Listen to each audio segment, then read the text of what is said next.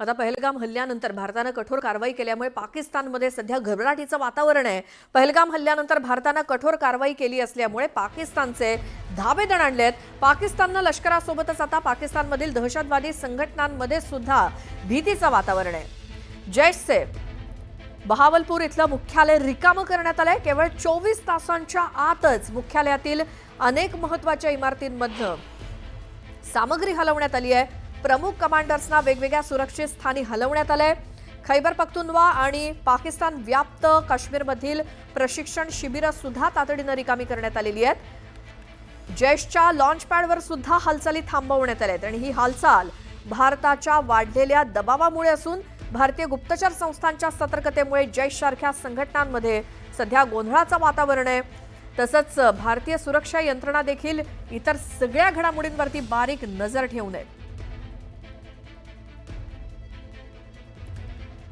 अधिक माहिती या संदर्भातली घेऊयात। आमचे प्रतिनिधी प्रशांत लीला रामदास आपल्या सोबत आहेत। प्रशांत, भारतानं घेतलेली ऍक्शन आणि ज्या पद्धतीनं संताप आहे त्यावरनं आता पाकिस्तानची प्रचंड घाबरगुंडी उडालेली आहे। काय काय घटना?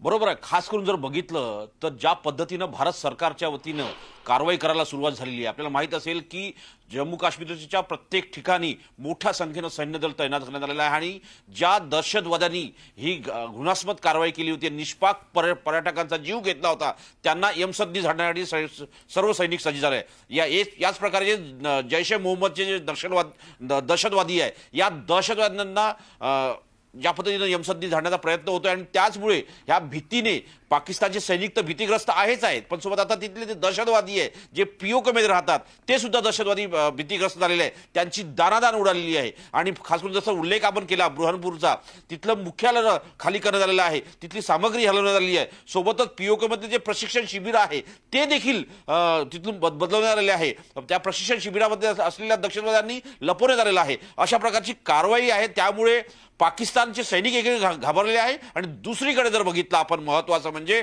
दहशतवादी देखील आणि त्यांचे शिबिर स्थळामध्ये असलेले कमांडर ते देखील घाबरलेले आहे। स्टुडिओ बिलकुल, आणि त्यामुळेच आता तिथं सुद्धा धावपळ सुरू झालेली आहे आणि सगळ्या ज्या चौक्या आहेत, सगळी त्यांची जी आश्रयस्थानं आहेत ती पटापट रिकामी केली जात आहेत।